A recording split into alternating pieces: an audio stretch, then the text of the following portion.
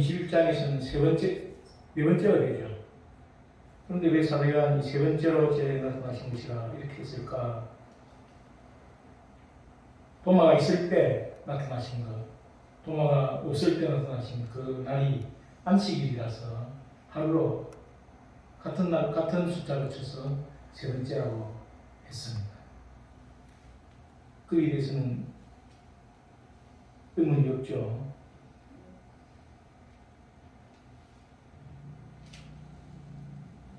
말씀을 6절까지 해서 6절까지 말씀을 예수님 말씀하신 오른편을 가지고 실패를 반복하지 아니하고 예수님과 함께하는 영원 승리를 획득할 것. 두 번째는 7절로부터 14절까지 주의 주여 왕의 왕이 되신 예수님을 친구 삼을 것.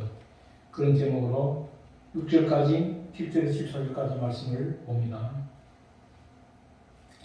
1절을 보십시오. 14절을 같이 봅니다. 예수님이 디베랴 호수에서 제자들에게 세 번째로 나타나신 일이 일어납니다. 이렇게 이야기하고 있는데 14절에도 제자들에게 나타나신다는 말이 반복되고 있습니다. 제자들에게 나타나셨다는 말씀은 좀 더 신학적인 말로 표현하면 자기 계시라고 이야기하는데 자기를 나타내셨다. 자기 계시하신 사건이 성육신하신 예수님을 소개할 때도 예수님의 재림을 표현할 때도 나타나셨다. 그렇게 표현하고 있고 요한 1서에나 요한복음에 그렇게 기록이 되고 있습니다. 2절을 보시면 7명의 제자가 나오는데 5명의 제자는 이름이 밝혀져 있죠. 베드로, 도마, 나다나엘, 세베대의 아들들은 야고보와 요한을 이야기하죠. 다른 제자 둘, 이름이 밝혀지지 않은 다른 제자 둘은 누구이겠습니까?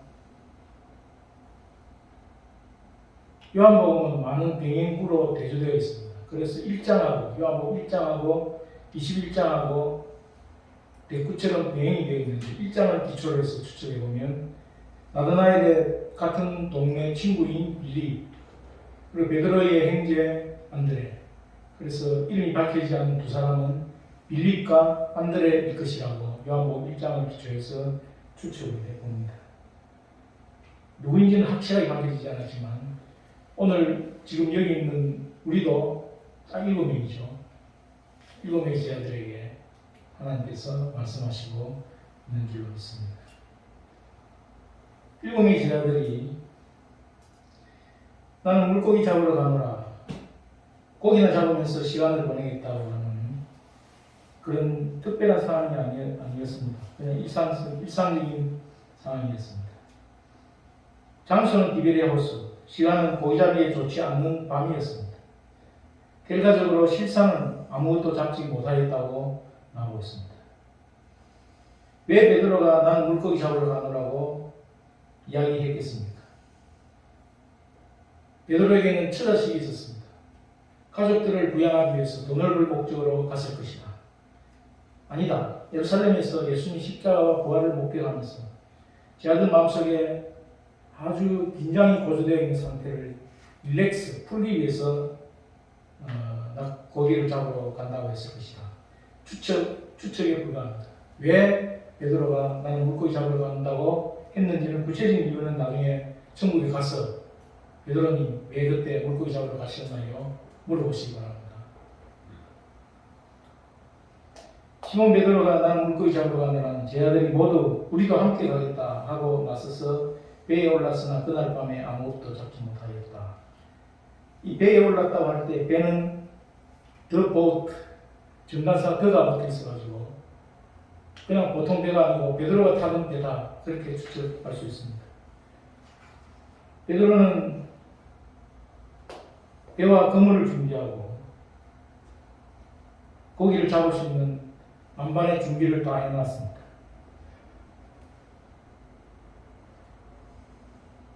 누가복음 5장에 보면 베드로가 처음 부르심받는 고기 잡는 장면이 나오는데 거기에는 세베대의 아들들 야고보, 요한도 베드로와 같이 동일하게 배를 가지고 있었습니다. 베드로가 하룻밤 고기를 잡으러 가자. 하룻밤 고기를 잡겠다.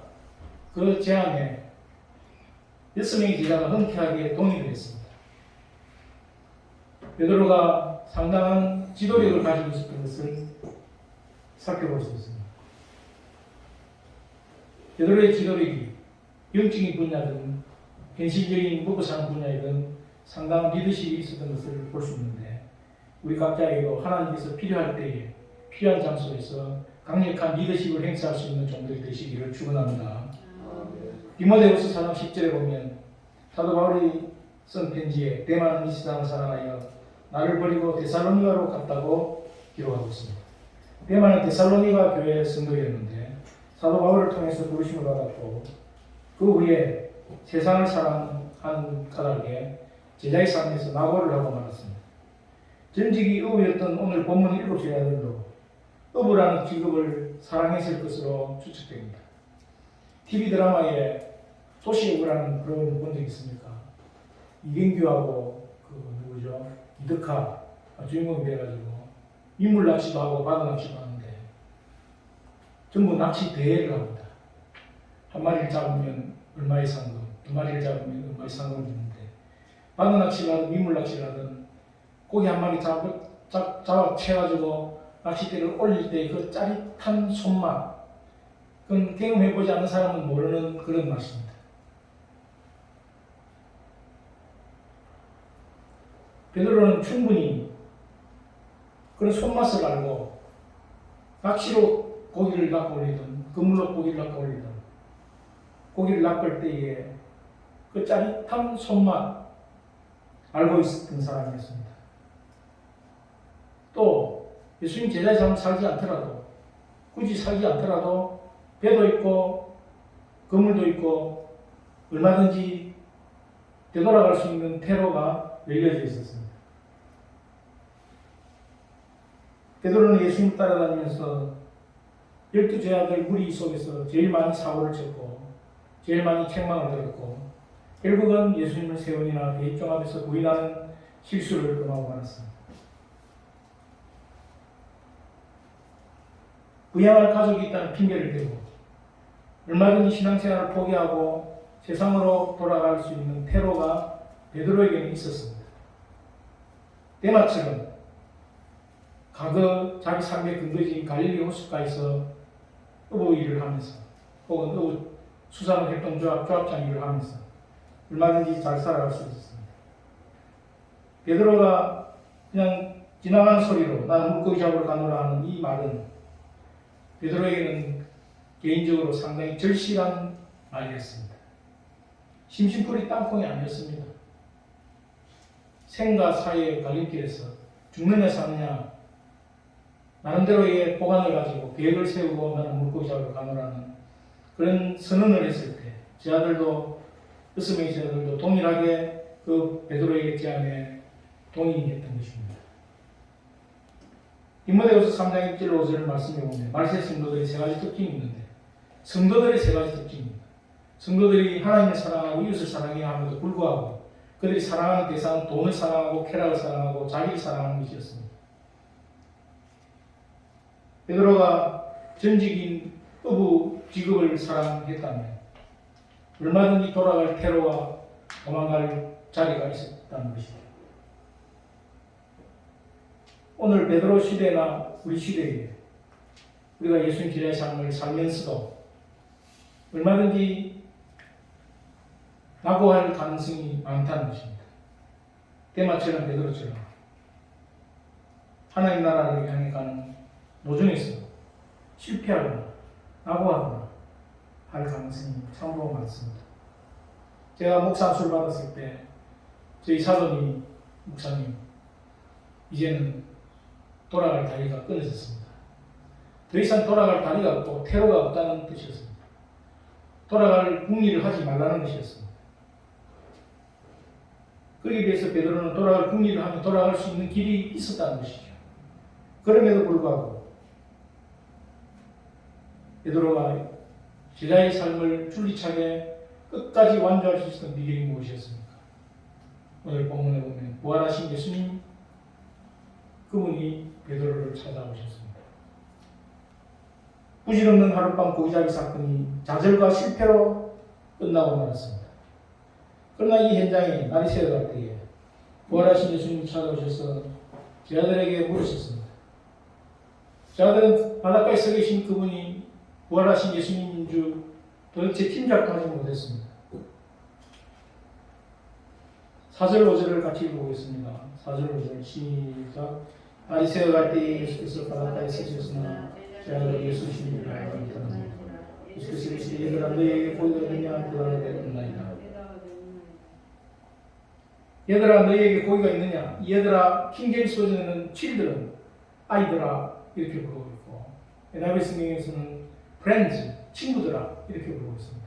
오늘 어버이주일인데 어버이주일에 합당한 말씀 얘들아 어린아이들아 나의 어린애들아 저희들 하나님께서는 children이라고도 부를 수 있고 friends 친구들아라고도 부를 수 있는 줄로 믿습니다. 질문에 대답하는 중에 사도 요한에게 슬슬 감이 오고 촉이 잡히기 시작했습니다. 결정적으로 6절을 보십시오. 예수님이 그물을 베어 오른편에 던지라 그리하면 잡으리라. 결과적으로 그물을 들 수 없을 정도로 물고기를 많이 잡았습니다.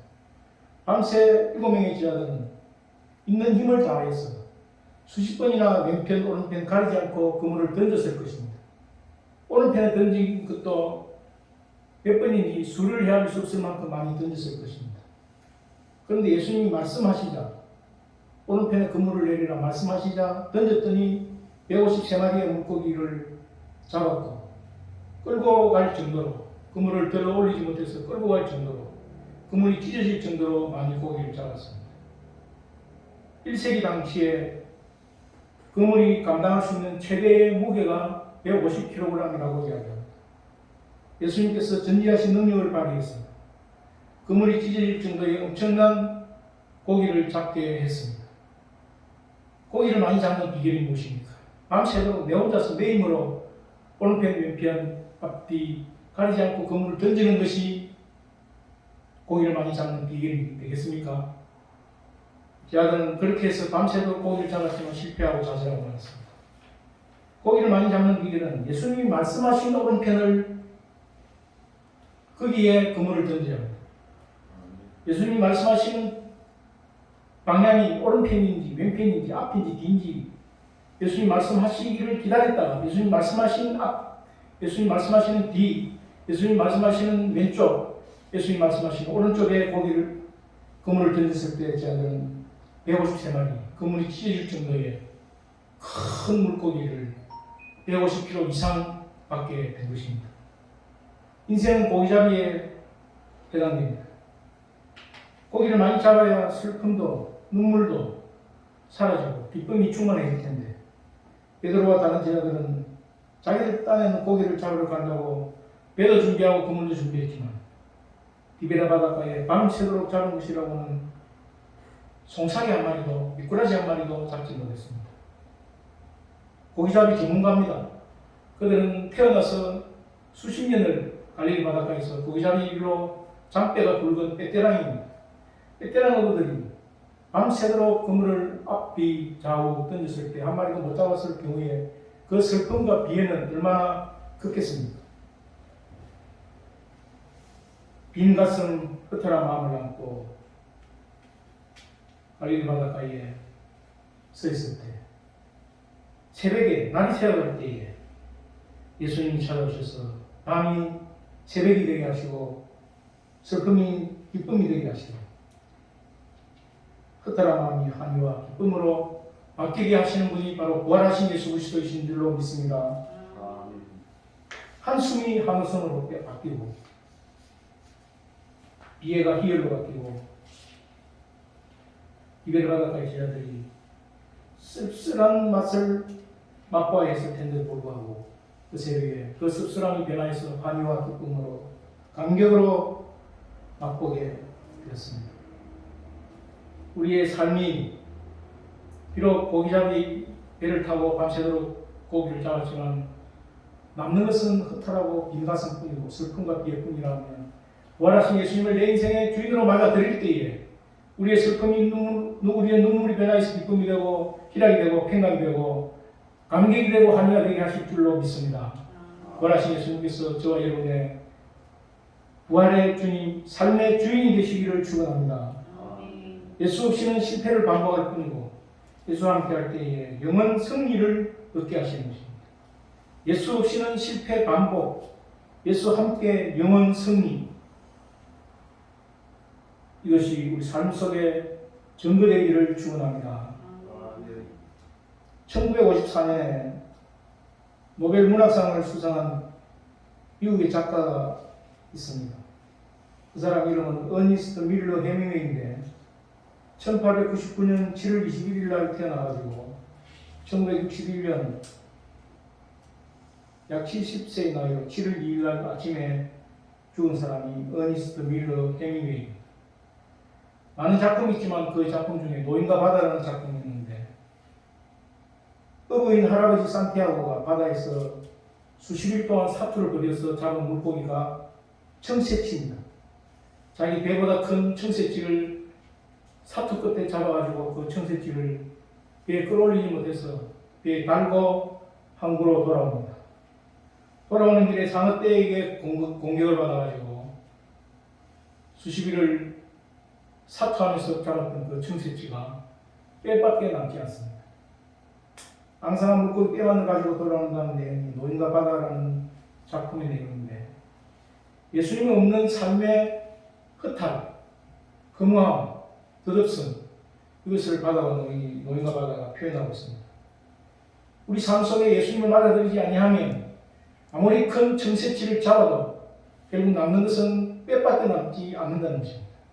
하나님께서 우리 각자의 삶 속에 예수님을 나의 삶의 주님이고 마스터고 주인으로 주군으로 모시기를 축원합니다. 이 이야기를 안 할 수가 없는데 여러분 모나미 볼펜을 가지고 있으면 한번 보십시오. 모나미 볼펜에 153이라는 숫자가 적혀 있습니다. 모나미는 프랑스 말로 나의 친구라는 뜻인데 우리가 중학교 들어갈 때부터 이미 그 이전에 있었던 볼펜입니다. 이 볼펜에 153이라는 숫자가 그냥 쓰여진 게 아니고 깊은 신앙 반증을 담고 있습니다. 모나미 회사의 창업주가 송삼석 회장인데 아주 진실한 크리스찬입니다. 사업을 하다가 부도를 맞고 실패를 해가지고 실패의 밤을 보내는 가운데 기도원에 올라가서 기도합니다. 하나님께 간절히 부르짖어 기도하는 가운데 회개를 먼저 주문하시는 하나님 앞에 회개하기를 시작했습니다. 그동안 주의를 소홀히 한 것 철저하게 기억하고 하나하나 주의를 지키지 못한 것을 회개했습니다. 두 번째는 11조금을 하지 않은 것, 이제부터 11조를 꼭꼭 도둑질하지 아니하고 마치겠다고 회개했습니다. 세 번째는 그동안 경건한 삶을 멸시하고 경건한 삶에 어떤 가치가 있는가 이해타산적으로만 생각했던 것을 회개하고 경건의 능력을 덧입기 위해서 힘쓰고 애쓰기를 투쟁하겠다고 열심하고 회개했습니다. 그리고는 하나님께서 말씀을 주시도록 말씀을 폈는데 요한복음 21장 오늘 이 말씀입니다. 이 말씀을 보고 153 여기에 꼽혔습니다. 그래서 모나미 볼펜을 만들 때마다 모나미 볼펜에 모나미 다음에 153이라는 숫자가 적혀 있습니다. 153이라는 숫자는 크게 의미를 둘 필요는 없지만 모나미 153 볼펜은 세계적인 볼펜 대표적인 모나미의 상품이 되었습니다. 153이라는 숫자는 1 더하기 2 더하기 3 더하기 해서 17까지 더하면 153이 나옵니다.